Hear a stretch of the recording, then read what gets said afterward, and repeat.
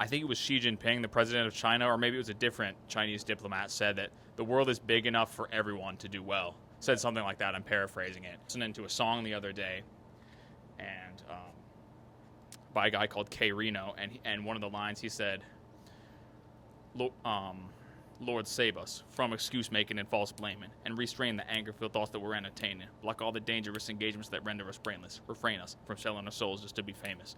And I think that we have to cultivate the positivity because, as the cliche goes, another world is possible, and that's pretty much all I wanted to say on that. Yeah. Well, great. Thank you so much, Gavin. And your talk that you gave yesterday was amazing. It was beautiful and very deeply meaningful. And the fact that we as a group workshopped, both you and Noah's talk, that had a huge impact on the success of the event. Both your talks were phenomenal because we workshopped them. And I think in the future, we need to do that for all the talks. We need to workshop and learn to workshop and teach each other. And it was also really great how David Fox, who's a Toastmaster extraordinaire, was able to step in, and he knew how to do a public speaking workshop. So that was really awesome as well. Yeah. And as far as what you said about positivity, look, there is no limit to growth. There is no limit to human creativity and growth. There's a limit to how many trees there are, that's true. And if we were all still heating our homes with firewood, we would have deforested the planet many times over. But we reinvented our relationship with nature. We started burning coal and fossil fuels and having electrical heat. And because of that, we have grown and we've continued to grow. There is no limit to growth. And the scarcity mindset, this idea that there's only so much, and so if somebody else has, I better take, it's what I could have. We should have the attitude that there's an unlimited supply in the universe. If we can be creative, if we can reinvent, if we can innovate, there's an unlimited supply, there's enough for everybody.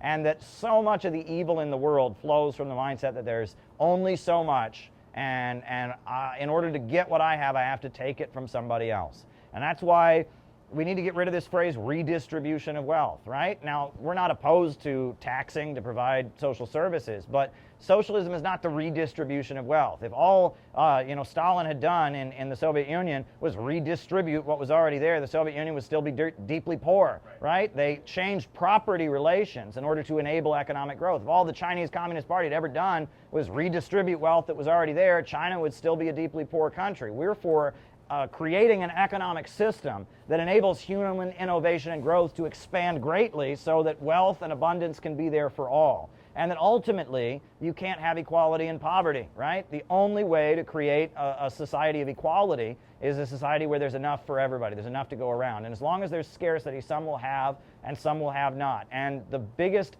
ugly things and failures in the history of communism flowed from the mistake of trying to create equality and poverty. Pol Pot, what he did in democratic Kampuchea was a nightmare because he was trying to make everybody equal in poverty. And the Chinese Cultural Revolution was a nightmare because they were trying to make people equal in poverty. These countries were surrounded, they were attacked, and in that isolation, they fell into the trap of, okay, well, we're gonna stay poor, but we're gonna make everybody equal. And that does not work. You can't have equality and poverty. You can't. And that you can't create an egalitarian society with willpower, by just wishing it hard enough, by just punishing people enough to make it come into existence. You can't do that. The only way forward is growth, but we understand the market has inherent flaws that prevent that. And that is an understanding that used to be universal. You read any old communist pamphlet from the Great Depression, it's just 101, right? This is the only system in history where abundance makes people poorer, which shouldn't make sense. Why should self-driving cars be a bad thing? Self-driving cars could lead to a world with so much wealth and abundance because the human chore called driving is no longer necessary.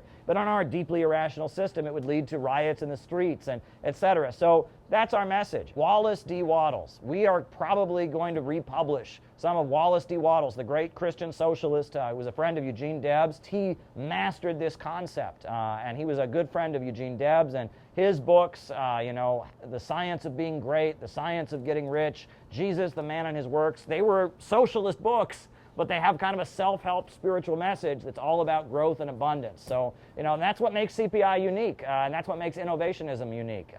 We hold on to certain aspects of Marxism-Leninism, but we also, have gone into dipping from other wells. We are eclectic, we are syncretic, and that's the way you got to be. Anything that works, we'll use. Deng Xiaoping said that if a cat is black or white, it doesn't matter as long as it catches mice, and that's our attitude. If we can create the more peaceful world we need, if we can create more abundance, if we can lead to a society that's not marching toward World War III and a low-wage police state, we'll do it, and we don't care what ideas it is. It's not a matter of being right and not changing the world. It's about being right so we can change the world. That's my attitude. Yeah.